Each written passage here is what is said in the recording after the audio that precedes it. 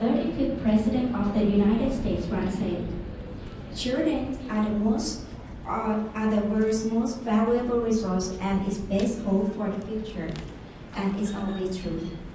Ladies and gentlemen, my name is Bhurampawe from Kuthong Phittayalai School, Kuthong, Thailand. My host school was Tajon Elementary School. It's one of the most powerful and the best school in South Korea. Working in Korea school provided me valuable experience in terms of teaching and understanding Korean education in intercultural context, the classroom observation, team teaching, project work, and other educational activities that I have encountered to understand Korea.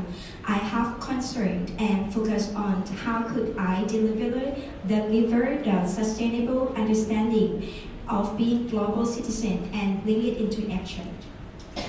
This project is created to raise the awareness of the student about cultural diversity, thus the linking of valuing their own culture and engaging of the diverse cultures in classroom is the way of recognizing their own culture and differences and lead it to the connection and cultivate the mutual respect.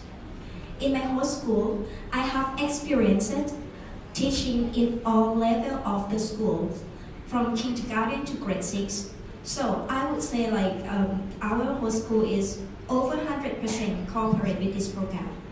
During the observation, besides energetic students, good teachers, suitable textbooks, well-organized classrooms, amazing teaching innovations and materials, I have very slim chances to see that the classroom have the dynamic through my lens though. So the old-fashioned of teaching like talk and chalk is often seen in Korean classroom, and I wonder why. Then, many pedagogies and many ideology have been applied in the classroom. Some worked well, but some were not. So, my team and I have summarized that none of the ideology is suitable because the education is not one size fits all. So nothing wrong with the old-fashioned school or nothing wrong with the new school. So it depends on how suitable or unsuitable the lesson that the teacher delivered to the student. South Korea is in somewhere between monoculture and multicultural society. So there are a lot of challenges to deliver the global citizenship education to the young learners, like the student that we had experience with. So, because of the children, the young learners, it's quite difficult to deliver the paradigm that is very abstract, like the global citizenship education. In the multicultural education classroom, it seems like the best way to deliver this kind of thing to the students. Basically, the children need to understand that we are living in the interconnected world, no matter we want it or not. In this day, we cannot stand alone anymore. We need to understand each other because they need to realize something, because some of them may not realize that they are part of the connected world and their action might cause some effect to someone or something else. That's why we are here. So as a teacher, whether the subject we are teaching right now, we need to input the global citizenship education in the subject areas that we teach. Looking at the multicultural education, it is the ladder for the learners to reach the essential value of the global citizenship. Without the skills and the key, they cannot achieve that goal. They cannot open the door to be the global citizen.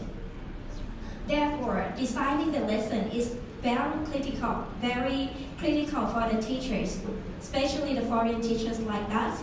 We need to check that our classroom application is suitable for our target learners or not.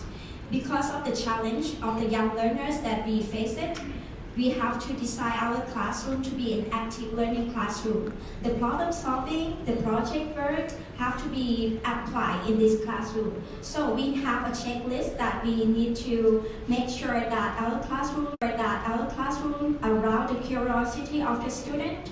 It's really promote active learning and encourage the student to communicate and collaborate in class. And last one, it needs to encourage them to do the teamwork. So through this, we can take a look at the interaction of the student in class. And talking about the interaction of the student, I would like to share the experience with my little girls. She's 7-year-old, grade 1 student. One day she sat next to me and she told me that, "Teacher, it would be better if you can speak Korean." And she communicated with me through the smartphone though. And I told her through the smartphone as well. I told her that, "So, you should learn English. You can communicate, not just only the teachers, but you can communicate with other people around the world." She gave me a beautiful smile. And in this case, I think she would know that how important the English is.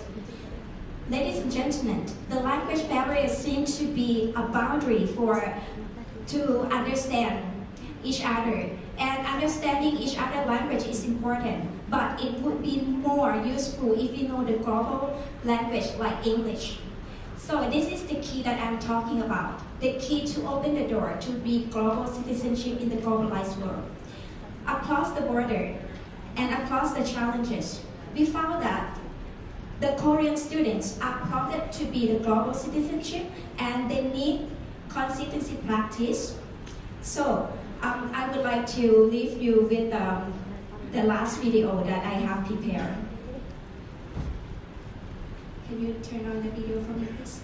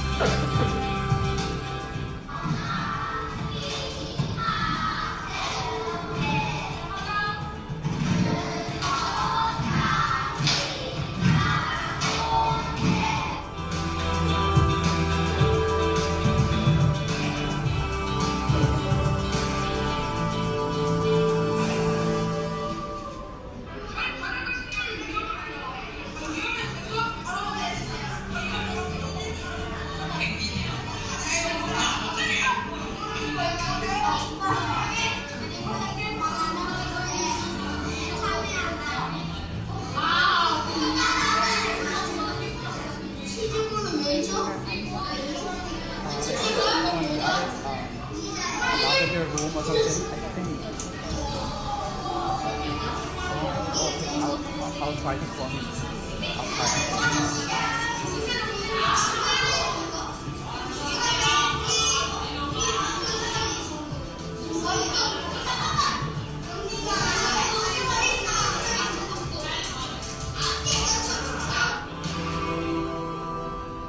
The sense of belonging, the global citizenship is everywhere. It's hidden in everywhere, every area of our life.